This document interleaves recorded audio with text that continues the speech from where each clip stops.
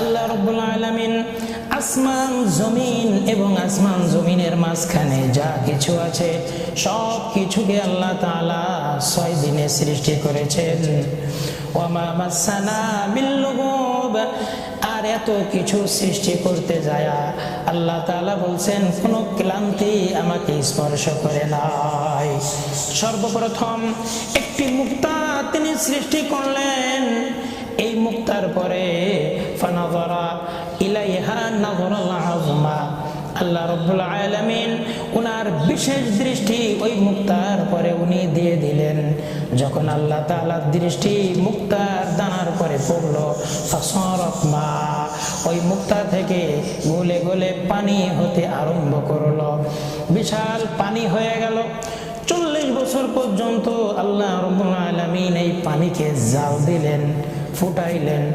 এই পানিকে জাল দিতে দিতে পানির পরে যে ফেনাগুলা তৈরি হলো, এই ফেনা জমে জমে ওই ফেনা থেকে আল্লাহ রাব্বুল আলামিন ওয়া খালাকাল আরদা মিনাল মা, আমার আল্লাহ তাআলা ওই ফেনা থেকে জমিনকে আল্লাহ তাআলা সৃষ্টি করলেন।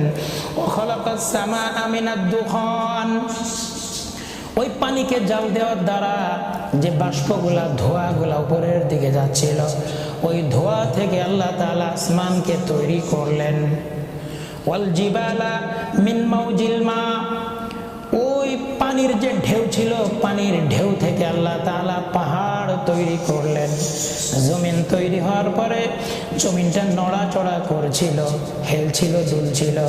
আল্লাহ রাব্বুল আলামিন ওয়াল জিবালা আওতাদা, ওই পাহাড়কে ব্রেক হিসাবে জমিনের পরে লাগাইয়া দিলেন। এরপরে জমিনের নড়াচড়াগুলি বন্ধ হয়ে গেল। আল্লাহ তাআলা এইভাবে জমিন, আসমান আর পাহাড়কে আমার আল্লাহ তাআলা সৃষ্টি করলেন।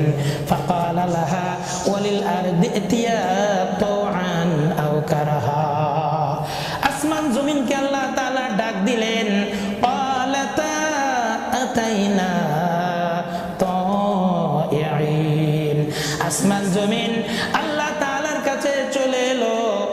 আসমান জমিন যখন নাকি চলে এসেছে, আল্লাহ তাআলা ওই জমিন আর আসমানকে কথা বলার শক্তি আল্লাহ তাআলা দিয়ে দিলেন। জমিনের যে অংশ আল্লাহ তাআলার সাথে কথা বলেছিল, ওই অংশেই বাইতুল্লাহ কাবা ঘর নির্মাণ করা হয়েছে। আর আসমানের যে অংশ কথা বলেছিল, ওই অংশে বাইতুল মামুর নির্মাণ করা হলো। রবিবারের দিন, রবি এবং সোমবারে আল্লাহ তাআলা জমিনকে তৈরি করলেন।